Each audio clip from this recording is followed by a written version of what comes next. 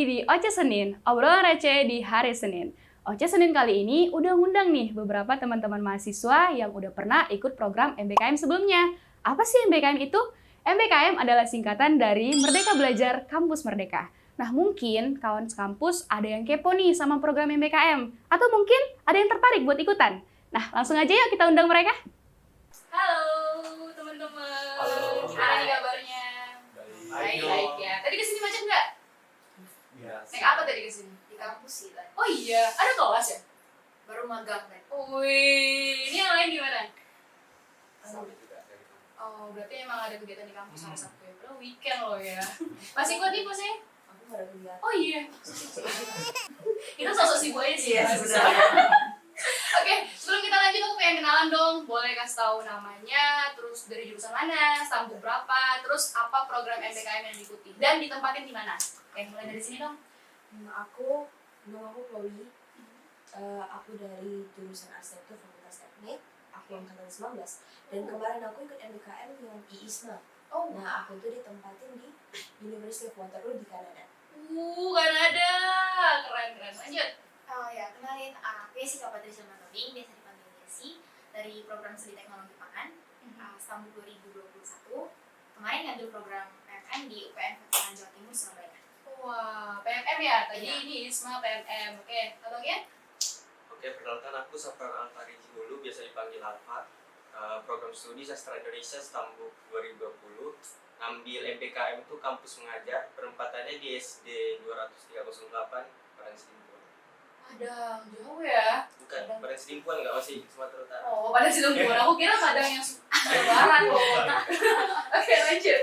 Oke, salam kenal, aku Arya dari Fakultas Ekonomi dan Bisnis, S1 Ekonomi Pembangunan, stambuknya 2019. Jadi ya, tapi semoga belum kelihatan tua ya. Kayak 2024. Oh, belum ya? Belum ada. Oke. Kalau untuk programnya studi independen, tempatnya di EduSolve. Lebih rincinya lagi, ambil kemarin Microsoft Office Master Program. Halo, perkenalkan aku Hakim dari Fakultas Ekonomi juga, jurusan akuntansi, stambuk 2019. Kemarin ikut program MBKM magang di PT Bangsat Indonesia. Sekolah selain itu? Beda, aku akuntansi. Oh, Beda jurusan. tapi satu sambung kan, sama FEB juga. Oke, jadi selama ini setelah selesai ikut program MBKM, sibuk apa nih di kuliah? Selain kuliah ya, lagi sibuk apa nih? Mungkin ada project atau apa gitu? Boleh dari kakaknya aja deh, ada bro. Sekarang sih kesibukannya skripsi. Itu aja. Aduh, semangat ya, semangat. Kita semangatin dulu dong, ya skripsi ini susah nih. Oke, kakak ini Aku lagi sibuk organisasi, terus juga lagi magang asuransi. oke lanjut. Sama juga sibuknya organisasi, terus nambah-nambah tulisan aja karya gitu. Oh iya. Cerita. Oh, abang suka nulis-nulis gitu? Oh, oke. Lanjut dong. Kalau aku mungkin 3 ya. Pertama ya si manis, script suite. Si manis. Script suite ya. Yang kedua jadi mentor juga. Sebenarnya ini akarnya dari studi independen ini Kak. Oh gitu, berarti berlanjut gitu ya? Iya. Bukan berlanjut sih, kayak outputnya gitu. Ah, paham. Mentor Microsoft Excel juga di beberapa lembaga. Kemudian ketiga ya asistensi dosen juga. Oke. Kalau aku fokus skripsi. Oh, berarti yang skripsi sih udah 2 nih. Oh, udah 3 Tiga. ya? Tiga. 19 juga gak kelihatan soalnya. Aku kira masih setahun, aku 21. Kita mulai nih ya. Pertanyaan pertama dulu nih. Apa sih alasan kalian itu ikut program itu? Jadi alasan aku ikut IISMA, kenapa aku daftar itu karena aku udah jenuh sama arsitektur. Wow. Terus kayak Oke. dan aku tuh pengen hal baru gitu. Dan kayak dengan keluar negeri itu kan kayak bisa melihat banyak hal baru. Itu kenapa aku mau ikut IISMA. Oke, terus kenapa harus ISMA kak? Kenapa nggak PMM kan luar juga tuh? Karena IISMA bisa keluar negeri. Itu doang ya? Ya Sekarang sebenarnya. sederhana tapi dalam ya. Oke lanjut, Jessica gimana? Apa ya? Kayaknya terlalu kaku ya kalau aku bilang ingin mempelajari budaya. Enggak masuk tuh, nggak mungkin ya. Jadi mungkin lebih ke pengen belajar suasana baru di kampus lain sih. Soalnya pasti beda ya. Di cara bicara di Medan sama di Jawa aja kayaknya jauh drastis gitu. Jadi kayak mau belajar suasana lab di sana, suasana kampus di sana, terus juga kayak bener-bener mau kenal suku budaya yang beda-beda itu gimana gitu. Terus ya, Abang? Kalau aku sih alasan ikut kampus mengajar itu kan aku tuh agak susah kayak nuangin pikiran itu lewat public speaking gitu kan. Selama ini kan kayak dari tulisan gitu masih kurang, jadi pengen latih public speaking gitu lah. Terus niatnya lagi biar bisa pulang kampung sih, biar dekat dari rumah. Oh berarti itu berarti kampung abang juga Iya. Bang Sedengkuan? Iya, jadi kita bisa milih lokasi. Beda batch 3 sama batch 4. Batch ya. Kampus mengajar 3 sama 4, 3 itu nggak bisa milih kan. Di misalnya di tempat ini Kalimantan ya harus diterima gitu. Yang keempat kita bisa milih. Makanya Terus kalau yang misalnya ada tempat ini, misalnya di Medan harus gitu. Itu kalau dari ditempatin kita nggak mau, kita bisa nolak atau memang bisa harus? nolak. Oh, tapi nggak bisa lagi ngambil lagi. Itu udah hitung satu dia ngambil MBKM. Kan batasnya dulu. Iya, benar-benar. Aku pernah bilang abang ini mas. Kalau aku bilang nggak sengaja, percaya nggak? Kayaknya gimana ya, agak sulit juga dipercaya. Tapi nggak apa-apa, kita coba dengar dulu. Oke, mungkin nanti kalau lengkapnya gitu ya. Kalau misalnya jujur, kan aku pas itu sebenarnya daftar banyak gitu kan. Nah tiba-tiba yang studi independen ini yang udah kasih kepastian gitu kan. Dan iya, dan batasnya itu dia cuma 1 hari doang. Seriusan? Kalau pada saat aku ya di situ ada proses 1 hari kan. Kalau misalnya aku nggak apply, ya otomatis hangus, terbuang kan. Sedangkan yang lain nggak ada kepastian nih gitu kan. Karena kita kan manusia nggak suka digantung ya. Kita kan nggak suka digantung. Jadi yang pasti aja. Aku nggak suka digantung ya bang. Jadi karena itu yang udah pasti, ya udah itu aku apply studi independennya. Oke. Abang sama juga? Enggak. Kalau aku lebih ke pengen nerapin apa yang udah pelajari sebelumnya sih di perkuliahan. Mungkin sebelumnya juga aku udah ikut MBKM juga, kampus mengajar sampai yang ngomong tadi, batch 3. Terus di semester berikutnya apa nih kira-kira yang relate sama jurusan aku gitu. Jadi aku daftar magang, dan itu jarang-jarang sih ada program yang kayak gitu. Sebelum-sebelumnya kan nggak ada, jadi menurut aku di peluang sih, dan aku daftar lulus. Keren sih. Ada yang awalnya nggak sengaja, ada yang emang udah niat, ada yang emang pengen ngembangin public speakingnya ya kan. Keren sih. Terus itu gimana sih cara daftarnya? Itu kan kayak ada apa nggak sih tahap-tahapannya, dari mulai seleksi berkas mungkin, ada juga tes wawancaranya, ada nggak sih? Ada juga kan, ada juga mungkin tes tertulisnya ya kan. Itu gimana sih kak? Kalau dari ISMA, pertama itu kan yang utama harus IP di atas 5,5 dan ada tes bahasa Inggris. Tes bahasa Inggris itu ada 3 yang diterima, IELTS, TOEFL, IBT, sama Duolingo. Nah itu dan persiapan berkas bersama esai. Esai itu ada 4 soal. Itulah tahap pertama. Setelah udah selesai itu, kita keterima ke tahap interview. Baru setelah interview baru kita keterima ISMA. Oh, berarti 2 tahap doang Iya. ya, seleksi berkas sama interview. Oke, PNM sama nggak sih? Kalau PNM itu Lebih ribet ya? karena ya Spill dong. 2 tahap sih. Itu sama juga seleksi berkas, bedanya kita itu lebih ke survei kebinekaan. Oh. Kita tes di apa namanya? Bukan tertulis, kayak udah pilih opsi ujian secara pilihan ganda. pilihan ganda. Tapi kayak diawasin gitu. Pakai kamera pengawas. Oh, Jadi, kamera. itu sih kalau lebih ke apa namanya? Ribetnya mungkin lebih ke konsultasi mata kuliah ke prodi. Oh iya benar. Terus juga ngurus-ngurus surat rekomendasi itu sih. Berarti selesai seleksi berkas itu ke apa tadi? Ada Kebinekaan. survei kebinekaan. Terus nggak ada wawancara tuh? Nggak ada wawancara, mungkin lebih ke itu sih. dari Kayak kalau survei mereka ya, diwawancara, surveinya. kita di survei kebinekaan. Oh. Terus kita langsung milih kampus mana yang mau kita masukin. Oke, bang. Kalau kampus mengajar hampir sama juga kayak PNM. Oh. Pertama itu kayak masukin berkas, kayak masukin nilai-nilai pas kuliah, terus sertifikat organisasi atau prestasi gitu. Kemudian setelah lulus tahap berkas, ada tes literasi numerasi namanya. Numerasi ya. Karena itu dua kayak tujuan anak kampus mengajar itu untuk ngajar SD, literasi sama numerasi, jadi harus dites. Terus survei kebinekaan sama kayak anak PMM.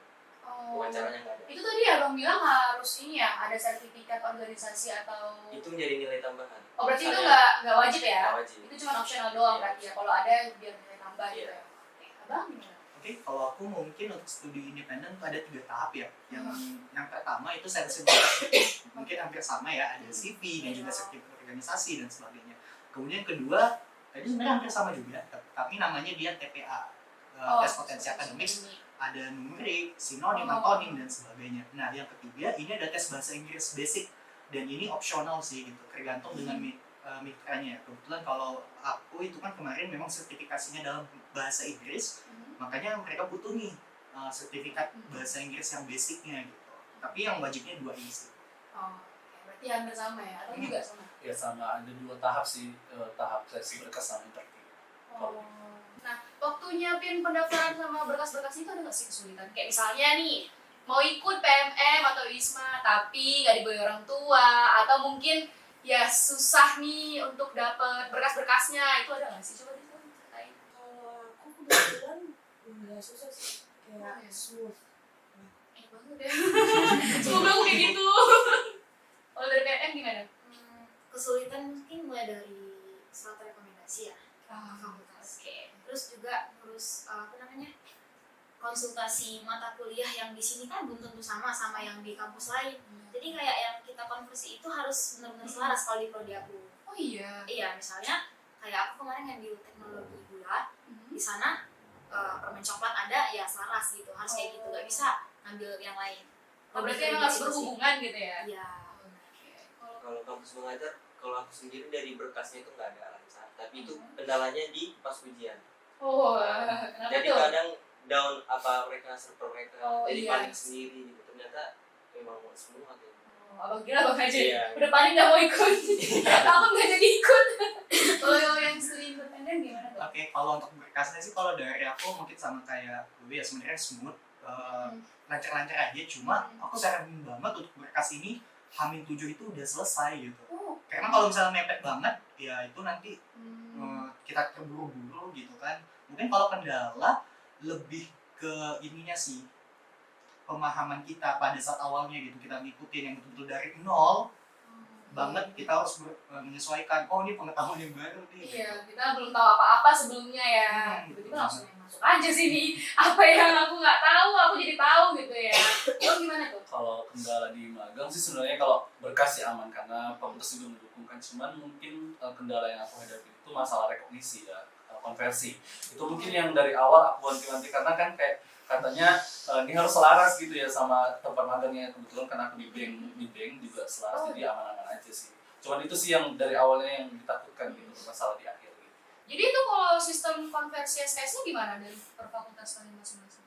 Kebetulan kalau aku tuh udah dibahas sama kepala departemen Kaprodi. Oh, langsung ya? Dan dia tuh udah yang kayak oke, meskipun aku ada matkul studio yang itu harus diambil wajib, tapi kami tetap dikonversi karena dianggap udah memenuhi dari semester sebelumnya gitu. Jadi kayak aman. Oh, emang benar-benar smooth ya. Kayaknya agak beda sama yang di sini gitu. Coba dari teknik pertanian ya. Kalau konversi SKS itu lebih ke ini sih, misalnya kita itu diwajibin ngambil 20, nggak boleh lebih ataupun kurang gitu kan. Jadi kayak kemarin aku jadinya cuma konversi 18 nih. Karena ada beberapa kendala juga masalah konversi. Jadi kayak istilahnya yang diambil di sini itu harus sama sesuai dengan yang diambil di sana gitu. Lebih ke Harus konversi. sama, nggak boleh hanya sesuai, nggak boleh hanya berhubungan aja. Iya, Harus benar-benar sama nih matkulnya. ada aturan sih, misalnya ada 2 pilihan, di sana harus ngambil full di kampus tujuan, terus di kampus asal nggak apa-apain gitu, kayak full di sana aja. Iya. Ada juga yang dia maksimal 6 SKS itu online di sini, di sana itu ngambil sisanya offline. Tapi aku waktu itu milih full di sana karena prodi juga nggak mengizinkan, cuma 1 orang aja yang daftar. Oh, cuma 1 orang aja dari Iya. Wih, kayak duta apa ya, duta PMM dari prodi pertanian kan ya. Kalau kamu mengajar gimana nih Bang? Sama sih, dikonversi 20 SKS nggak boleh kurang lebih. Cuman itu kendalanya jangka waktunya lama di konversi gitu. Terus belum lagi misalnya mata kuliah semester 3 kita udah ambil, tiba-tiba dikonversi di semester 5, aku kan ikut semester 5 kemarin. Jadi kita harus sering lapor ke prodi, orang itu kadang nggak ngecek gitu. Oh, Pertamanya emang harus udah kita diambil yang gitu. gerak ya, Iya. biar mereka tahu ya. Iya. Kita lapor ini udah diambil gitu. Iya, berarti harus selalu lapor nih ya. Oke, kalian gimana? Oke, kalau untuk studi independen ini ada notes penting skill gitu, karena kebijakan tiap prodi dan fakultas itu kan berbeda-beda. Nah, kalau dari FEB sendiri, mungkin kalau aku menjurus lebih ke prodi aku ya, itu studi apapun kalau misalnya nggak relate, nggak masalah, no problem, bisa dikonversi. Nah, ada aku sharing dengan teman-teman di fakultas lain, dia bilang harus relate gitu. Sedangkan mungkin, mohon maaf kita bilang aja, misalnya mungkin let's say kayak beberapa saintek, misalnya kayak keperawatan, kedokteran dan sebagainya.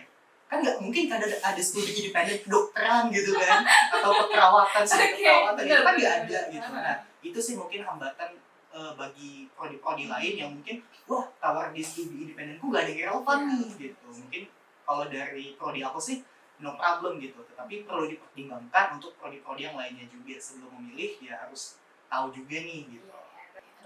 Kalau proses konversi di akuntansi itu khususnya prodi ya sama kayak yang Arya bilang, walaupun satu fakultas yang sama tapi kebijakan di prodi bisa beda-beda.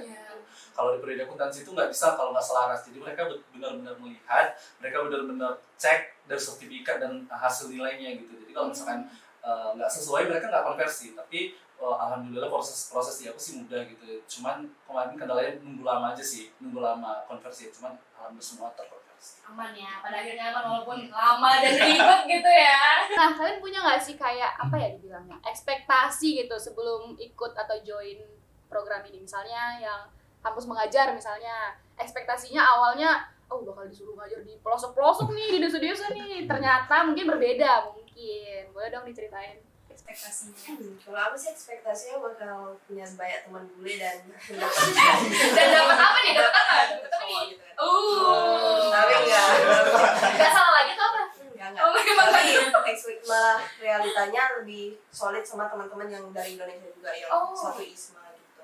Itu sih. Berarti gabung di situ ya? Iya. PPM gimana? Dapat juga? Sama sih, kayak aku ngira kan ini kan apa ya, kalau PMM itu konsepnya lebih ke berteman sama yang beda suku dan budaya. Aku ngiranya itu kayak kita aku bakal berteman deket sama orang Papua gitu. Ternyata malah dari kayak Medan ya Medan aja, Papua ya Papua aja, Jawa ya Jawa aja gitu. Karena mungkin ada beberapa dari mereka yang kayak kurang nyaman deket sama kita nggak bisa ngejar juga gitu. Itu satu. Terus kedua mungkin ekspektasi soal harga sih. Ini ekspektasi soal programnya Kak atau Bebas, mau apapun ekspektasi tentang cowok juga boleh.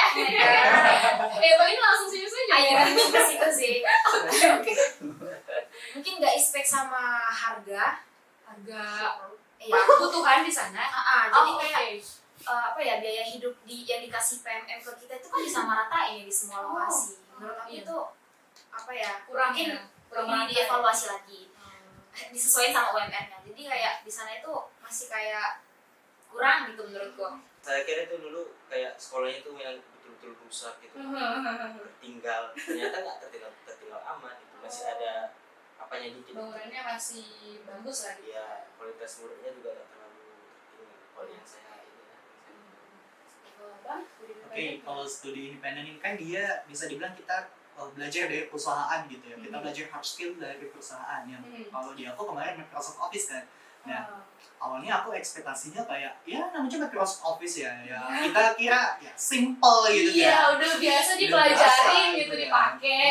Jadi sebenarnya aku kalau boleh jujur aku ngambil itu supaya ada sertifikatnya aja sih. Awalnya ya. Bisa. Nah, tetapi setelah aku jalani rupanya banyak nih fitur-fitur baru yang masih belum aku tahu dan sebagainya. Bahkan ada bimbingan karir juga gitu tentang CV, LinkedIn, mental kita saat bekerja, soft skill dan sebagainya. Jadi sangat melebihi ekspektasi aku sih. Gitu. Keren. Berarti lebih ke arah positifnya ya, Ya. nggak ke negatifnya gitu ya. Positif. Kalau kan? Kalau aku sih awalnya ekspektasinya buruk ya, kayak orang-orang Waduh, kenapa nih?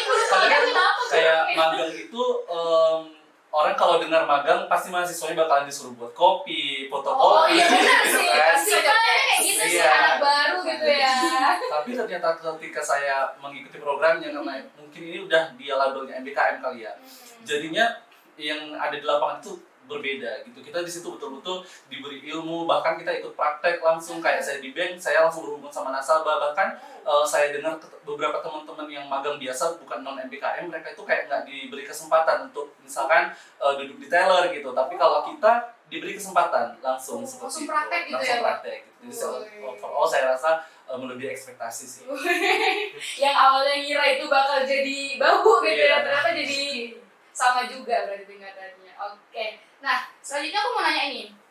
Ini kan tadi udah ngomongin soal program magang, studi independen, apa juga tadi kampus mengajar, PMM sama ISMA.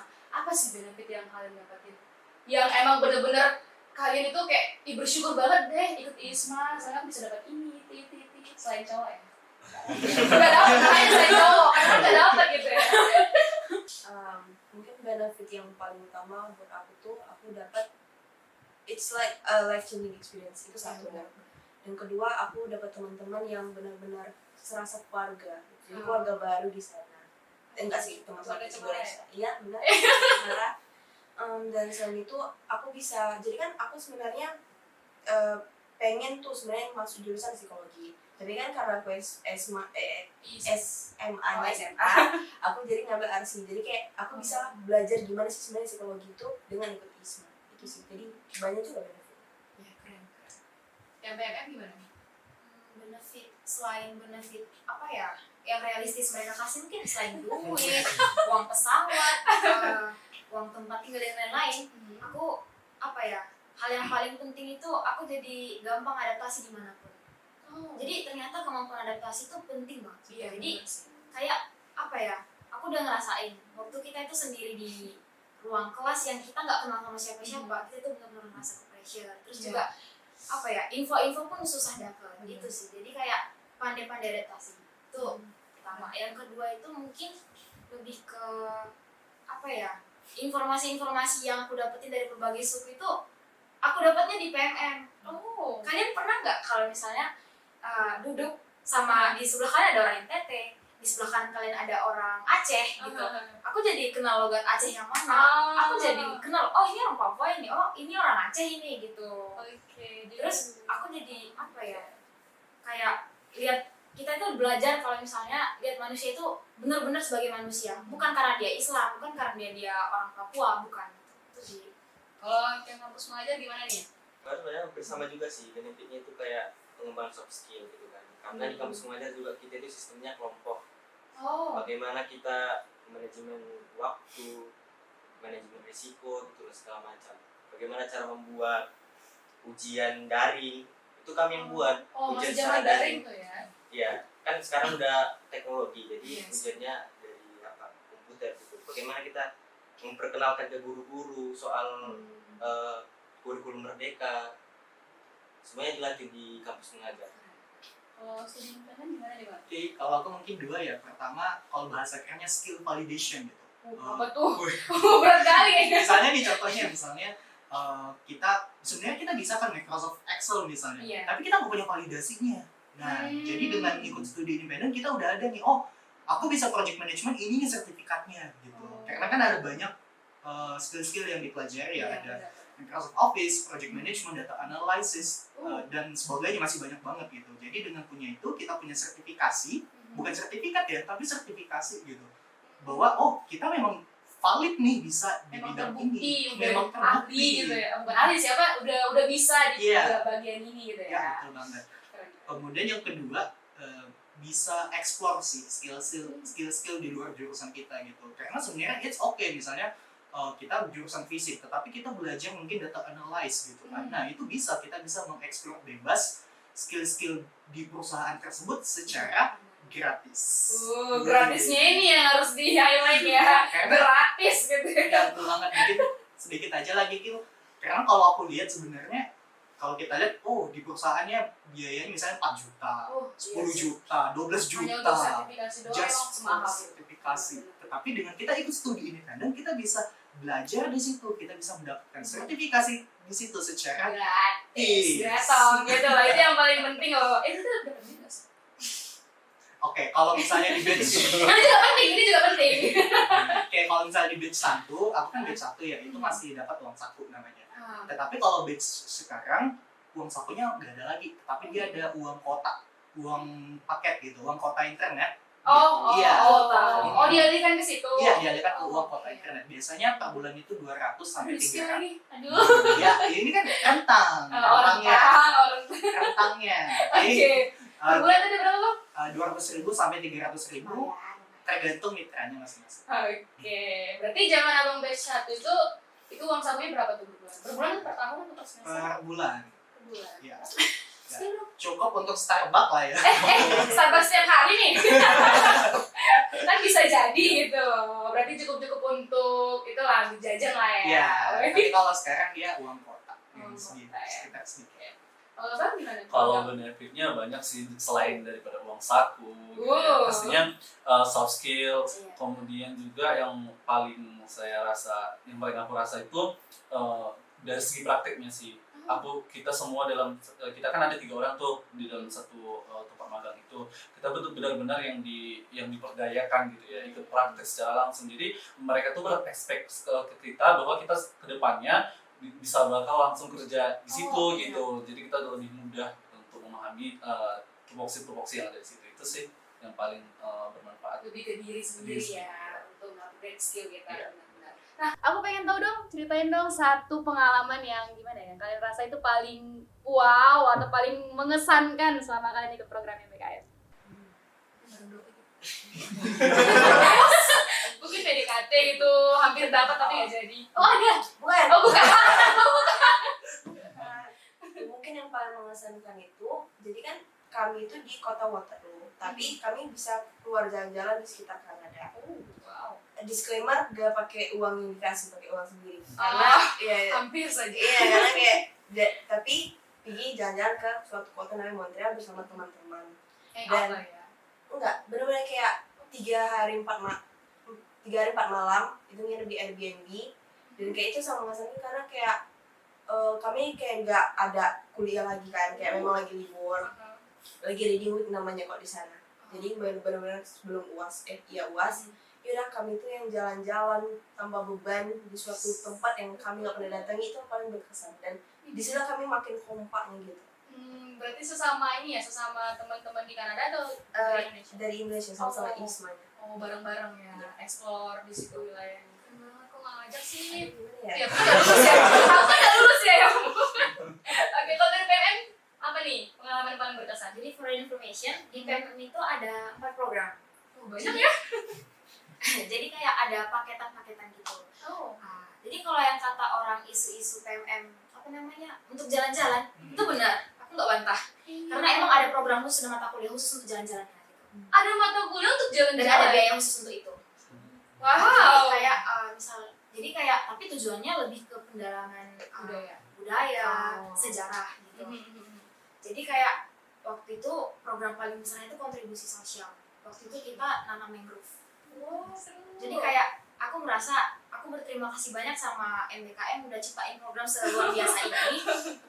Aku bisa setidaknya aku kuliah itu nggak cuma datang lab, kuliah pulang gitu. Akhirnya aku bisa ngasih kontribusi setidaknya dari situ.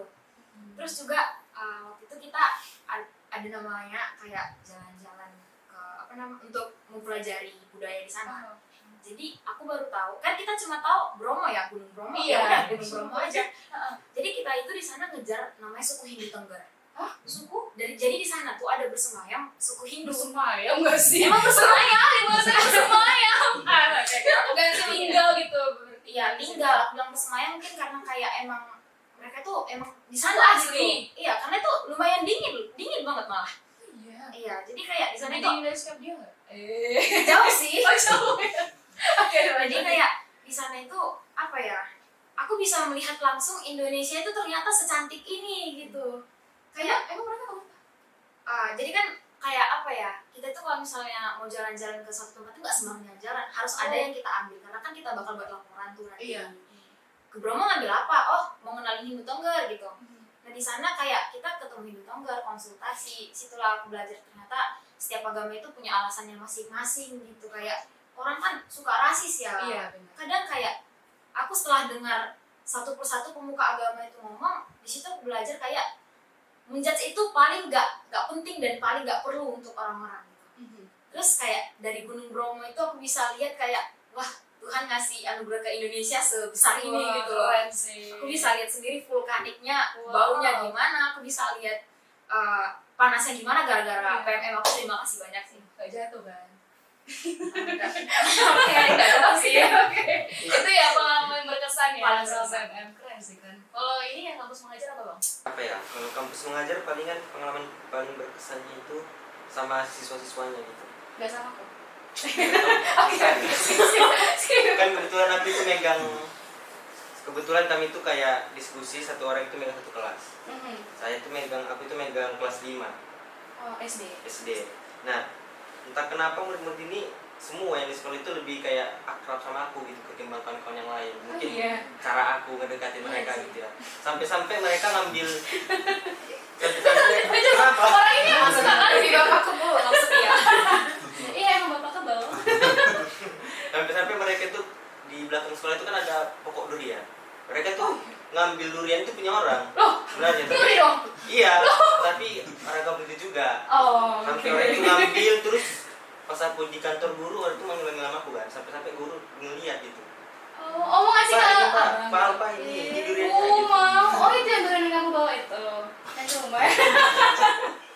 Oh, dia ada bawa, tapi nggak nyampe. Oke. Itu aja sih. Itu yang paling berkesan ya. Lebih ke siswa-siswanya kayak hari guru, perpisahan, orang itu nangis-nangis.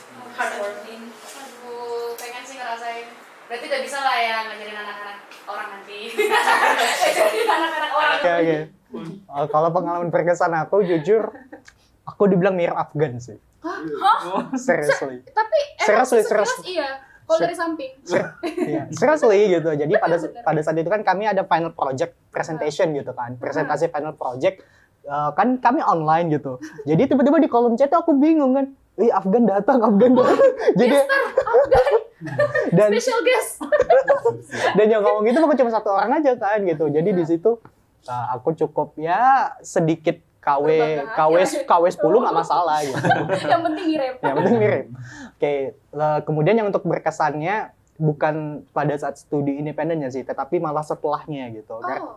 Karena jujur, Kill malah kan aku kan kemarin ambil Microsoft Excel gitu, khususnya di Excel gitu. Jadi ya pengalaman berkesannya setelah itu malah alhamdulillah bisa dapat job gitu, yang berkaitan dengan Microsoft Excel itu sendiri. Mudah banget loh itu ya Mm-mm. aplikasinya. Gitu. Udah Bang? Iya itu. Nggak mau nambah lagi. Oke, lanjut nih. Kalau Magang. yang paling berkesan sih pertama mungkin jelas ya ketemu sama Sama pegawai-pegawai Aduh, udah beda kali ya?